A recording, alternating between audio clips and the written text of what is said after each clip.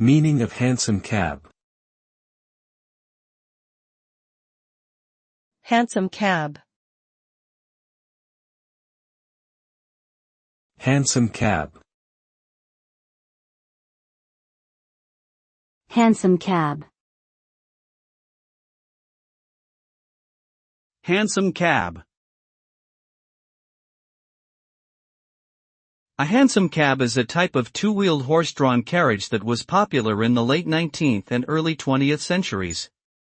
It was designed to be both stylish and practical, with a low center of gravity that made it more stable than other carriages. The hansom cab was particularly popular in urban areas, where its small size allowed it to navigate through crowded streets with ease. Today, hansom cabs are largely a relic of the past, but they remain an important symbol of the transportation innovations that helped shape modern cities.